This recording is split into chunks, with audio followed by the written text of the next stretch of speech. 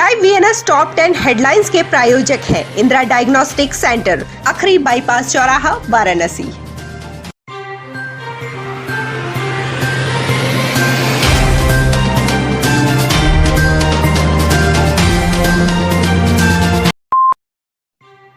वाराणसी में गुरुवार को मिली 4,584 कोरोना जांच रिपोर्ट में कोई भी पॉजिटिव मरीज नहीं मिला है। बीते 24 घंटे में किसी कोरोना मरीज की मौत नहीं हुई है।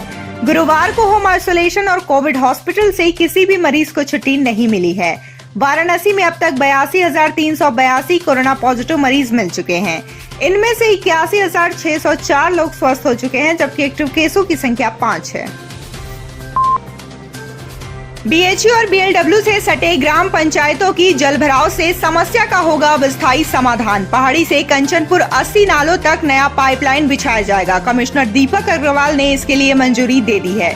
विधायक रोहनिया सुरेंद्र नारायण सिंह ने गुरुवार को बीएलडब्ल्यू के कॉन्फ्रेंस सभागार में रोहनिया विधानसभा से बीएलडब्ल्यू और डीएलडब्ल्यू से सटे ऐसे ग्राम पंचायतों जो इन दोनों संस्थानों के कारण जल निकासी के लिए परेशान है, उसके त्वरित स्थायी निराकरण सुनिश्चित कराए जाने के संबंध में आला अधिकारियों के साथ बैठक की।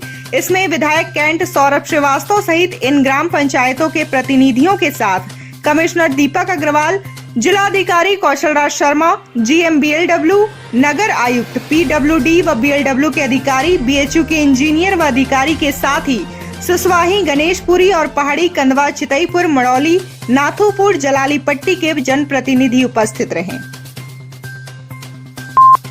जनाकांक्षाओं की पूर्ति और लोकतंत्र को बचाने के लिए समाजवादी पार्टी के राष्ट्रीय अध्यक्ष अखिलेश यादव के आह्वान पर सपा जिला अध्यक्ष सुजीत यादव, महानगर अध्यक्ष विष्णु शर्मा और पूर्व लोकसभा प्रत्याशी शालिनी यादव के नेतृत्व में भारत माता मंदिर काशी विद्यापीठ से जन आक्रोश यात्रा निकाली गई। सपा नेताओं के अनुसार यह यात्रा विधानसभा क्षेत्र में बैठ स्तर पर चलाई जाएगी और हर रोज एक विधानसभा के सभी बूथों पर जनसंपर्क करेगी। इस दौरान समाजवादी पार्टी केंद्र और प्रदेश सरकार की नाकामियां उजागर करेगी।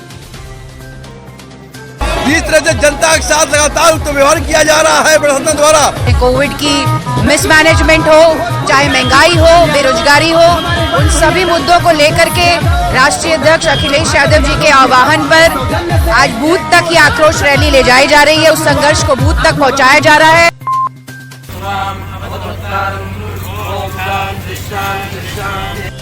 योग गुरु बाबा रामदेव गुरुवार को अपने करीबी तमिलनाडु निवासी बिजनेसमैन सुब्रमण्यम की अस्थि विसर्जन के लिए वाराणसी पहुंचे। शिवाला घाट पर परिवार द्वारा विधिवत अस्थि विसर्जन पूजा में बाबा रामदेव भी शामिल रहे। बाबा रामदेव ने बताया कि सुब्रमण्यम जी अनुराधा जी के पिता और श्री कृष्ण मूर्ति के ससुर हैं। उनका निधन हो गया है और उनकी मोक्ष की कामना के लिए आज हम उनके परिवार के संग वाराणसी में आए हैं, क्योंकि उनके साथ हमारा घरेलू संबंध है।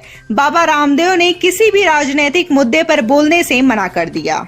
बहुत ही आत्मीय श्री कृष्ण मूर्ति जी और अनुराधा जी के पिताजी और कृष्ण मूर्ति जी के ससुर जी का आज शरीर यात्रा पूरा हुआ और उनकी मोक्ष की कामना के लिए, उनकी भगवत शरणागति के लिए, उनकी अंत्येष्टि के लिए आए। श्री हनुमान प्रसाद पोद्दार अंध विद्यालय के दिव्यांग छात्र गुरुवार को अधिवक्ता कमलेश चंद्र त्रिपाठी के नेतृत्व में कमिश्नरी कार्यालय पहुंचे और डीएम कौशल राज शर्मा व कमिश्नर दीपक अग्रवाल से मुलाकात कर अपनी समस्याओं से अवगत कराया। अधिवक्ता कमलेश चंद्र त्रिपाठी ने बताया कि डीएम ने कहा है कि मामला कोर्ट में है, इसलिए फैसला आने तक प्रशासन इसमें हस्तक्षेप नहीं कर सकता। वहीं छात्रों का आरोप है कि हाईकोर्ट में मामला का होना बताकर सभी अधिकारी अपना पल्ला झाड़ रहे हैं। जिला अधिकारी महोदय ये कह रहे हैं कि तुम्हारा मैटर कोर्ट में है, तुम जब तक कोर्ट का डिसीजन नहीं आएगा तब तक हम इस पे कोई कार्रवाई नहीं कर सकते। मैं सर से और काशी की जनता से, भारत की जनता से पूछना चाहता हूँ कि जब तक कोर्ट में मैटर है, ठीक है, मैं इसको मानता हूँ, लेकिन इस स्कूल को गलत तरीके से बंद किया गया, उस पर आप क्या कह रहे हैं? बिल्कुल मुलाकात हुई, सारे लोग सिर्फ हाई कोर्ट को पता करके पल्ला झाड़ रहे हैं। अपने अधिकार कर्तव्य में जो हस्तक्षेप करना है कि नहीं, जो ट्रस्ट है इसमें अनियमितता हुई है, इसका हम टेक ओवर कर लें और ट्रस्ट को हम संचालित कराएं। 75% सेंट्रल गवर्नमेंट देती है, तो आप उसको ओवरटेक कर लीजिए ना, टेक कर लीजिए उसको, फिर चलाइए। प्रदेश में मिलावटी शराब के सेवन से आए दिन होने वाली घटनाओं को रोकने के लिए चंदौली आबकारी विभाग अलर्ट हो गया है। सभी तहसीलों के आबकारी निरीक्षकों के नंबर सार्वजनिक किए गए हैं। दुकानों से मिलावटी शराब की बिक्री होने अथवा निर्धारित से अधिक कीमत वसूले जाने पर शौकीन इन नंबरों पर फोन कर सीधे शिकायत कर सकते हैं। संबंधित निरीक्षक दुकानदारों के खिलाफ तत्काल कार्रवाई करेंगे। हाल ही में प्रधानमंत्री नरेंद्र मोदी द्वारा मॉडल स्मार्ट स्कूल का लोकार्पण वाराणसी के मशोदरी में किया गया है। इस प्राथमिक विद्यालय जिसमें कक्षा 1 से लेकर 5 तक की एडमिशन प्रक्रिया शुरू हो गई है।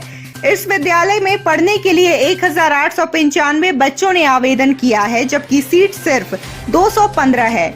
ऐसे में गुरुवार को लॉटरी से आने वाले परिणाम को टाल दिया गया, जिस पर अभिभावकों ने मुख्य द्वार पर जमकर हंगामा किया। इस संबंध में प्रदर्शन कर रहे अभिभावक सुरेश सेठ ने बताया कि 9 तारीख से लेकर आज तक हमें सिर्फ परेशान किया जा रहा है। मशोदरी स्मार्ट स्कूल में 9 तारीख से लेकर के अभी तक में परेशान सिर्फ किया जा रहा है। बोल रहे हैं कि लकी ड्रा आज होगा, कल होगा, यही सब के लेकर के हम सभी कोई करीब करीब जितने भी पेरेंट्स हैं सब कोई परेशान बना हुआ है।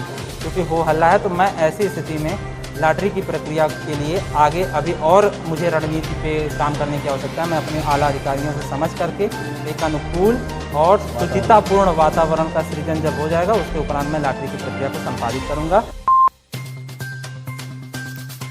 अक्सर लैंड माफियाओं द्वारा आम नागरिकों को ऐसी जमीनें बेचकर मुनाफा कमाया जाता है जो उनकी वास्तव में नहीं होती और उस पर सरकार का आधिपत्य होता है। बाद में जमीन खरीदने वाले से सरकार जमीन खाली करवा लेती है। ऐसे में नगर आयुक्त प्रणय सिंह और महापौर मृदुला जायसवाल की पहल पर नगर निगम अपनी वेबसाइट पर सभी 5 जोन में आने वाली अपनी प्रॉपर्टी की लिस्टिंग कर रही है। इस कार्य का गुरुवार को शुभारंभ हुआ। सबसे पहले नगर निगम के 2 जोन में मौजूद नगर निगम की जमीनों की लिस्टिंग की गई है। नगर आयुक्त प्रणय सिंह ने एक नई पहल शुरू की है, जिसमें सारे नगर निगम की प्रॉपर्टीज को हम लोग ऑनलाइन इस पर दर्ज करेंगे, जिससे कि जनता को सहूलियत मिलेगी कि हमारी प्रॉपर्टीज़ जो नगर निगम की है उनको पता चल सके। एक और सहूलियत उनको ये मिलेगी, कहीं कहीं वो धोखाधड़ी के रूप में इसको पहले भी वो लोग प्रताड़ित होते रहे कि कुछ लोग उनको धोखे से ज़मीन नगर निगम की बेच देते थे। इसलिए हम लोगों ने ये कदम उठाया कि सिर्फ हम लोग ही नहीं, पूरी जनता को भी ये जानने का हक है कि नगर निगम की कौन कौन सी जमीन हमारे पूरे शहर में है। कचहरी कलेक्ट्रेट स्थित स्टॉक होल्डिंग ई स्टाम्पिंग सुविधा केंद्र का प्रदेश के स्टाम्प राज्य मंत्री रविंद्र जायसवाल ने फीता काट कर उद्घाटन किया। इस मौके पर मंत्री रविंद्र जायसवाल ने कहा कि यह बात संज्ञान में आई थी कि अधिवक्ता व अधिकारी समेत कई लोगों को छोटे स्टाम्प की किल्लत थी, जिसको देखते हुए ई स्टाम्पिंग सुविधा केंद्र को आज से खोला गया है। वहीं सुविधा केंद्र के खुल जाने से अब सभी को सुविधाजनक तरीके से स्टाम्प मिल सकेगा। साथ ही उन्होंने कहा कि पूरे प्रदेश में इस तरह की शुरुआत सरकार करने जा रही है, जिससे लोगों को स्टाम्प की बेहतर सुविधा मिल पाएगी। आज से कचहरी के अंदर जहां जिला डीएम बैठते हैं, ठीक उसके नीचे गैलरी में ई स्टाम्प काउंटर खोल दिया गया है। ई स्टाम्प काउंटर खोलने के बाद से चाहे वो 10 रुपये का हो, 50 रुपये का हो, 100 रुपये का हो, चाहे करोड़ों के स्टाम्प हो, यहाँ से आपको ये स्टाम्प मिलेगा और जितना चाहे उतना मिलेगा। अब आज के बाद से यह किल्लत नहीं रहेगा। ऐसा है, जल्दी ही पूरी हम करने जा रहे हैं यूपी में इसी अगस्त के लास्ट तक उनको दिया गया टारगेट कि हर जिला मुख्यालय में अथवा रजिस्ट्री दफ्तर के अंदर ये खोला जाएगा। महिलाएं ही महिलाओं की दुश्मन हैं, यह कहना है राज्य महिला आयोग की उपाध्यक्ष अंजू चौधरी का।